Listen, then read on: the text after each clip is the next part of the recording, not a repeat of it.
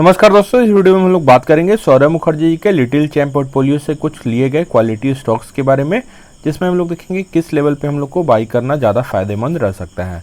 तो वीडियो के अंत तक बने रहिए तो आपको फायदा होगा। तो सबसे पहले अपने मेथड को डिस्कस करेंगे। एक 20 का मूविंग एवरेज यूज करते हैं जो कि आपको ब्लू लाइन शो कर रहा होगा। दूसरा हम लोग 200 डेज के मूविंग एवरेज को यूज़ करते हैं जो कि आपको पिंक लाइन शो कर रहा होगा। और तीसरा इंडिकेटर हम लोग लगाते हैं दोस्तों पिवट पॉइंट या पिवट लाइन भी बोलते हैं, जो कि सपोर्ट या रेजिस्टेंस बताता है।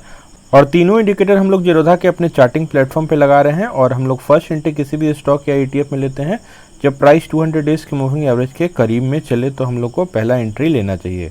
और हमारा पहला स्टॉक है जेएमएम फॉडलर, जो कि ग्लास लाइन इक्विपमेंट बनाता है और बहुत सारे केमिकल और फार्मास्यूटिकल कंपनीज को सप्लाई करता है। बहुत ही क्वालिटी स्टॉक है। सौरभ मुखर्जी जी का भी फेवरेट स्टॉक है जेएमएम फॉडलर की अगर बात करें तो। बहुत दिनों से हम लोग को साइडवेज मोमेंटम जेएमएम फॉडलर में देखने को मिल रहा है। प्राइस 200 डेज के मूविंग एवरेज के करीब में आता है, उसके बाद ऊपर जाता है और ऊपर के पिवट पे फिर से रेजिस्टेंस लेता है, डबल टॉप का फॉर्मेशन होता है और फिर बड़ा फॉल हम लोग को जेएमएम फॉडलर में होते हुए दिखता है। फिलहाल की बात करें तो प्राइस 200 डेज के मूविंग एवरेज से बहुत ही नीचे चल रहा था, तो और भी बढ़िया लोकेशन होता है जब 200 डेज के मूविंग एवरेज से बहुत ही नीचे चले तो हम लोग को कुछ क्वांटिटी और ऐड करना चाहिए। नीचे का पिवट पे जहाँ पे सपोर्ट लेता है वहाँ पे हम लोग को बाई करना चाहिए। तो पहला एंट्री 200 डेज के मूविंग एवरेज के करीब में ले लें और फिर नीचे का पिवट पे जहाँ पे सपोर्ट लेगा वहाँ पे हम लोग बाई करते हैं। तो इन दो लेवल्स पे हम लोग को बाई करना चाहिए था। अगर यहाँ पे बाई किए होंगे तो यहाँ पे फिर से कुछ एवरेजिंग आप लोग कर सकते थे। बढ़िया इंगल्फिंग पैटर्न हम लोग को दिखा था कैंडल में। एक बड़ा सा ग्रीन कैंडल छोटे रेड कैंडल को इनगल्फ करता है, उसके बाद हम लोग को अच्छा मोमेंटम ऊपर की तरफ देखने को मिल रहा है। तो फिलहाल की बात करें, अभी अगर आपको एंट्री बनाना है जेएमएम फॉडलर में तो थोड़ा बहुत वेट कर सकते हैं। थोड़ा बहुत यहाँ पे करेक्शन हम लोग को देखने को मिल सकता है, क्योंकि यहाँ पे एक रेजिस्टेंस है, एक ट्रेंड लाइन हम लोग अगर ड्रॉ करते हैं एक स्ट्रेट लाइन, तो यहाँ पे भी रेजिस्टेंस था पहले बार और फिर यहाँ पे रेजिस्टेंस था और तीसरी बार यहाँ पे भी रेजिस्टेंस मिल सकता है। तो इस ट्रेंड लाइन का अगर ऊपर की तरफ हम लोग को ब्रेकआउट देखने को मिलेगा तो बड़ा मोमेंटम ऊपर की तरफ देखने को मिलेगा, नहीं तो फिर से नीचे आ सकता है। तो इसलिए थोड़ा बहुत हम लोग वेट कर सकते हैं। 20 के मूविंग एवरेज के करीब में आने दीजिए और इनगल्फिंग पैटर्न बनने दीजिए, तब हम लोग बाई करेंगे। एक छोटा सा रेड कैंडल और उसके बाद एक बड़ा सा ग्रीन कैंडल बनता है, तो उस कैंडल में आप लोग बाई करके चल सकते हैं। तो जेएमएम फॉडलर में थोड़ा बहुत आप लोग अभी वेट करें। और दूसरा स्टॉक जो कि लिटिल चैम्प पोर्टफोलियो का स्टॉक है, अल्काइल एमिन्स की हम लोग बात कर रहे हैं। मल्टीबैगर रिटर्न पास में निकाल करके दिया था। एक शानदार केमिकल स्टॉक है और बहुत ही अच्छा हम लोग को रिटर्न देखने को मिला था। प्राइस 200 डेज के मूविंग एवरेज से बहुत ही ऊपर चल रहा था। इस क्रम में हम लोग बात भी किए थे, वीकली चार्ट पर भी आप लोग देख सकते थे कि प्राइस 200 डेज के मूविंग एवरेज से बहुत ही ऊपर चल रहा था। प्राइस टू अर्निंग रेशियो भी 100 को क्रॉस कर चुका था। तो हम लोग बोलते हैं कि एफआईआई डीआईएस का कुछ सेलिंग आ सकता है, इसलिए हम लोग को भी कुछ प्रॉफिट बुक करना चाहिए। मान लीजिए 10 स्टॉक है तो 3-4 स्टॉक जरूर से प्रॉफिट बुक करके निकलना चाहिए। और जब प्राइस नीचे आता है तो और भी हम लोग को ऐड ऑन करना है। कंप्लीटली एग्जिट करने के लिए नहीं बोलते हैं हम लोग थोड़ा बहुत प्रॉफिट बुक करने के लिए बोलते हैं। ऐसे बड़े बड़े इन्वेस्टर करते हैं, स्टेक कम करना, स्टेक को बढ़ाना। तो फिलहाल की बात करें तो अल्काइल एमिन्स में बहुत ही लंबा गिरावट हम लोग को देखने को मिल रहा है। क्वार्टरली रिजल्ट पिछले 1-2 क्वार्टर का अच्छा नहीं रहा था, जिसके कारण हम लोग को लगातार गिरावट देखने को मिल रहा है। फिलहाल की बात करें तो प्राइस 200 डेज के मूविंग एवरेज से बहुत ही नीचे चल रहा है और इस लेवल पे हम लोग को पहले भी सपोर्ट दिखा था और उसी लेवल पे फिलहाल प्राइस चल रहा है अल्काइल एमिन्स में। तो एक बड़ा सा ग्रीन कैंडल 20 के मूविंग एवरेज के ऊपर क्लोजिंग दे देता है। 3-4% का वो कैंडल होना चाहिए बड़ा सा, जैसे इस तरह का ग्रीन कैंडल आपको दिखता है, बुलिश ग्रीन कैंडल। तो उस कैंडल में आप लोग 2 बजे के बाद जरूर से अल्काइल एमिन्स में एवरेजिंग कर सकते हैं। ट्रेंड डाउनवर्ड का है, इसलिए स्मॉल क्वांटिटी में ही बाई करना है। अगर ऊपर के प्राइस पे फंसे हुए हैं तो यहाँ पे एवरेज जरूर से कर सकते हैं। और फिर अगर इस लेवल का भी हम लोग को ब्रेकडाउन नीचे की तरफ देखने को मिलता है तो नीचे का लेवल करीब 2428 तक भी आ सकता है। लेकिन हम लोग का काम है जिस पिवट पे बढ़िया सपोर्ट दिखे वहाँ पे एवरेजिंग करने का। मेन पर्पस रखना है एवरेज प्राइस को नीचे लाने का और लॉन्ग टर्म तक होल्ड करने का किसी भी स्टॉक में, तो अच्छा रिटर्न हम लोग को लॉन्ग टर्म में देखने को मिलेगा। तो अल्काइल एमिन्स में भी एक बड़ा सा ग्रीन कैंडल का वेट करना है, उसके बाद उसमें एंट्री बना सकते हैं। और नेक्स्ट स्टॉक की बात करेंगे गरवरे टेक्निकल फाइबर्स के बारे में। बहुत ही क्वालिटी स्टॉक है। कंस्ट्रक्शन रोप्स और फिशनेट्स वगैरह कंपनी बनाती है और इसने भी बहुत ही अच्छा रिटर्न हम लोग को पास्ट में निकाल करके दिया था। प्राइस 200 डेज के मूविंग एवरेज से बहुत ही ऊपर चल रहा था। इस क्रम में हम लोग बात भी किए थे कि अगर कुछ प्रॉफिट बुक करना है इस लेवल पे तो आप लोग प्रॉफिट बुक कर सकते हैं। वीकली चार्ट पे long term investor profit book करें और डेली चार्ट पे short term investor profit book कर सकते हैं।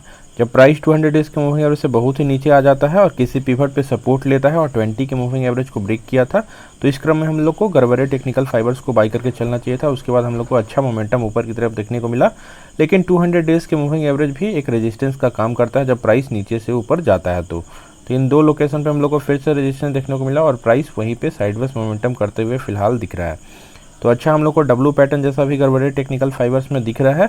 तो जैसे ही 20 का मूविंग एवरेज क्रॉस कर लेगा 200 डेज के मूविंग एवरेज को और इन दो रेजिस्टेंस को ब्रेक कर लेता है, तब हम लोग बाई करेंगे, क्योंकि ये दोनों लेवल्स बहुत ही क्रूशियल है। करीब 3200 के लेवल्स पे बढ़िया रेजिस्टेंस है गड़बड़े टेक्निकल फाइबर्स को। तो नेक्स्ट बाई बनेगा 3200 के ऊपर लेवल पे जाता है प्राइस, तब हम लोग बाई करेंगे। फिलहाल अभी 3023 के लेवल्स पे प्राइस चल रहा है, तो अभी थोड़ा बहुत वेट कर सकते हैं। जैसे ही इस रेजिस्टेंस लाइन को ब्रेक कर देगा ऊपर की तरफ, तब आप लोग बाई कीजिएगा। नहीं तो नीचे के पिवट तक आता है तो यहाँ पे फिर से सपोर्ट है। इस लेवल पे अगर सपोर्ट लेते हुए दिखता है, बढ़िया सा ग्रीन कैंडल, हैमर कैंडल वगैरह दिखेगा, तब आप लोग इस लेवल पे भी बाई कर सकते हैं 2839 के लेवल्स पे। तो इन दो लेवल्स के बीच में हम लोग को दोस्तों बाई नहीं करना है। जैसे ही 3200 के लेवल्स को क्रॉस करता है ऊपर की तरफ, तब हम लोग बाई करने के लिए बोलेंगे। और 2839 के लेवल्स पे आता है तो सपोर्ट का हम लोग वेट करेंगे। अगर यहाँ पे सपोर्ट दिखेगा तब आप लोग कुछ एवरेजिंग कर सकते हैं गड़बड़े टेक्निकल फाइबर्स की अगर बात करें। बहुत ही क्वालिटी स्टॉक है। कुछ आप लोग को मिड कैप और स्मॉल कैप में भी जरूर एंट्री बना के चलना चाहिए। और अगला स्टॉक की बात करेंगे, वी-मार्ट एक रिटेल दिग्गज है। रिटेल स्टोर्स डिफरेंट सिटीज़ में इंडिया का इसका चलता है। तो देख रहे हैं प्राइस 200 डेज के मूविंग एवरेज से बहुत ही ऊपर चल रहा था। बहुत ही शानदार रिटर्न वी-मार्ट ने निकाल करके दिया था और इस क्रम में प्राइस टू अर्निंग रेशियो भी इसका अभी भी बहुत ही हाई चल रहा है। करीब 422 के पी पे वर्क कर रहा है, तो बहुत ही ज़्यादा ओवर वैल्यूड स्टॉक है। तो थोड़ा बहुत इससे बच के रहने का सलाह है। लेकिन FIIDIS का बहुत ही अच्छा होल्डिंग है। 40% से ऊपर का होल्डिंग FIIDIS के पास है, तो इसको भी हम लोग को ध्यान रखना है। तो SIP मोड से इन्वेस्टमेंट कर सकते हैं। एक बार में टोटल क्वांटिटी हम लोग को वी-मार्ट में जरूर बाई करके नहीं चलना चाहिए। तो प्राइस 200 डेज के मूविंग एवरेज से बहुत ही नीचे चल रहा है, तो पहले इस लेवल पे आप लोग बाई कर सकते थे कुछ क्वांटिटी। उसके बाद और भी निगेटिव चल रहा होगा, तो यहाँ पे अच्छा खासा सपोर्ट दिख रहा है। बहुत ही टाइट कंसोलिडेशन है। तो एक बड़ा सा ग्रीन कैंडल अगर 20 के मूविंग एवरेज के ऊपर क्लोजिंग दे देता है, तब हम लोग कुछ एवरेजिंग करेंगे। इसमें 2700 के ऊपर लेवल्स पे बाई कीजिएगा। और अगर इस लेवल का ब्रेकडाउन हम लोग को नीचे की तरफ देखने को मिलता है, तो वी-मार्ट में और भी बड़ा फॉल हो सकता है और नीचे के लेवल करीब 2141 तक आते हुए दिख सकता है। अभी फिलहाल इसमें हम लोग को बचने का सलाह है, क्योंकि प्राइस टू अर्निंग रेशियो बहुत ही हाई है और भी गिरावट की संभावना है। तो इसको आप लोग अभी इग्नोर करके भी चल सकते हैं।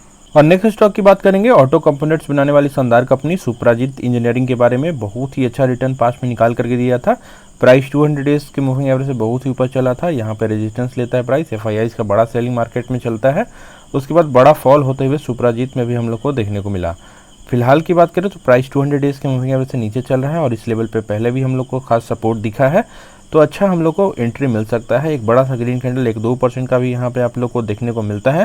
तो कुछ आप लोग स्मॉल क्वांटिटी में एवरेज कर सकते हैं। फिर 20 का मूविंग एवरेज अगर क्रॉस कर जाएगा 200 डेज के मूविंग एवरेज को और 20 का मूविंग एवरेज करीब 45 डिग्री का एंगल बना करके ऊपर जाते हुए हम लोग को दिखता है, तो अच्छा मोमेंटम ऊपर की तरफ देखने को मिलेगा। और नेक्स्ट टारगेट हम लोग को पहला टारगेट यहाँ पे मिलेगा करीब 383 के लेवल पे थोड़ा बहुत रेजिस्टेंस दिखेगा और इस लेवल का ब्रेकआउट के बाद अच्छा मोमेंटम फिर से देखने को मिल सकता है।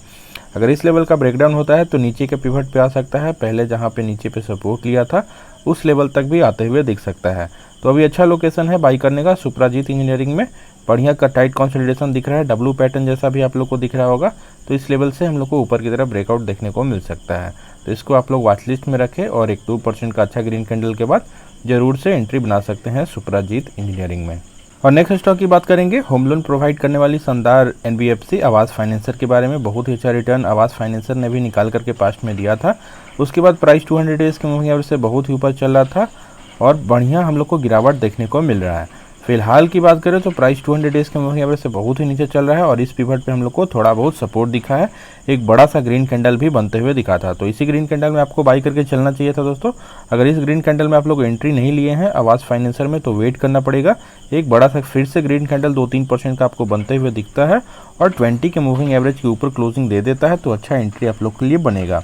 तो लेवल्स की बात करें तो 2010 के ऊपर लेवल्स पे ही बाई करना है, क्योंकि 20 का मूविंग एवरेज नीचे की तरफ आप लोग देख रहे हैं इंक्लाइंड है, तो ट्रेंड डाउनवर्ड का है, इसलिए 20 का मूविंग एवरेज के ऊपर क्लोजिंग मस्ट है। तो अगर 20 के मूविंग एवरेज के ऊपर क्लोजिंग देता है तो उस कैंडल में जरूर से बाई करके चलना चाहिए। बहुत ही अपने टॉप से अच्छा खासा गिरावट में मिल रहा है आपको आवास फाइनेंसर, तो अगर पहले से भी है तो यहाँ एवरेजिंग कर सकते हैं और फ्रेश एंट्री के लिए भी अच्छा लोकेशन है। और नेक्स्ट स्टॉक जिसने शानदार रिटर्न अभी तक हम लोग को निकाल करके दिया है, फाइन ऑर्गेनिक्स की बात कर रहे हैं। बहुत ही शानदार केमिकल स्टॉक है।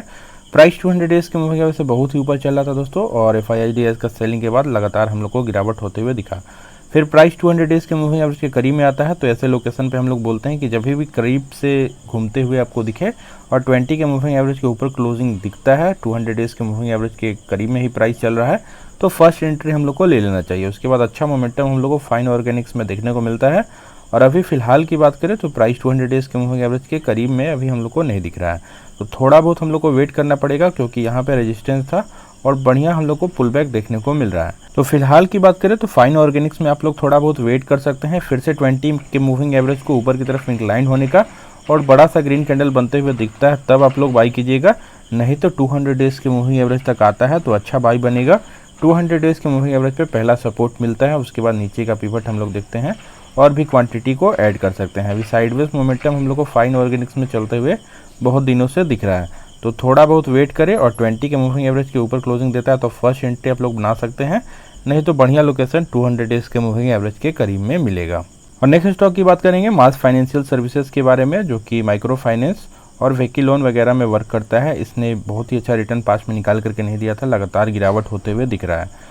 इसमें हम लोग देख रहे हैं प्राइस 200 डेज़ के मूविंग एवरेज से बहुत ही नीचे चल रहा है दोस्तों। अगर इसको भी आप लोग बाई करके चलना चाहते हैं तो बढ़िया सा हैमर कैंडल पिछले दिन हम लोग को बनते हुए दिखा था, यहाँ पे पिवट का भी सपोर्ट है, तो एक बड़ा सा ग्रीन कैंडल 2-3% का इस लेवल पे बनते हुए दिखता है और 20 के मूविंग एवरेज के ऊपर क्लोजिंग दे देता है प्राइस, तो मैस फाइनेंशियल सर्विसेज में आप लोग 2 बजे के बाद कुछ क्वांटिटी बाई करके चल सकते हैं।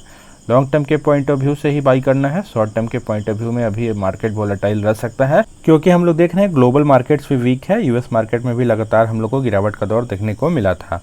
तो होप आप लोग को वीडियो अच्छा लगा होगा, टेक्निकल एनालिसिस समझ में आया होगा, तो वीडियो को लाइक कर दीजिएगा, चैनल को सब्सक्राइब कर लीजिए और अपने दोस्तों में शेयर कीजिए।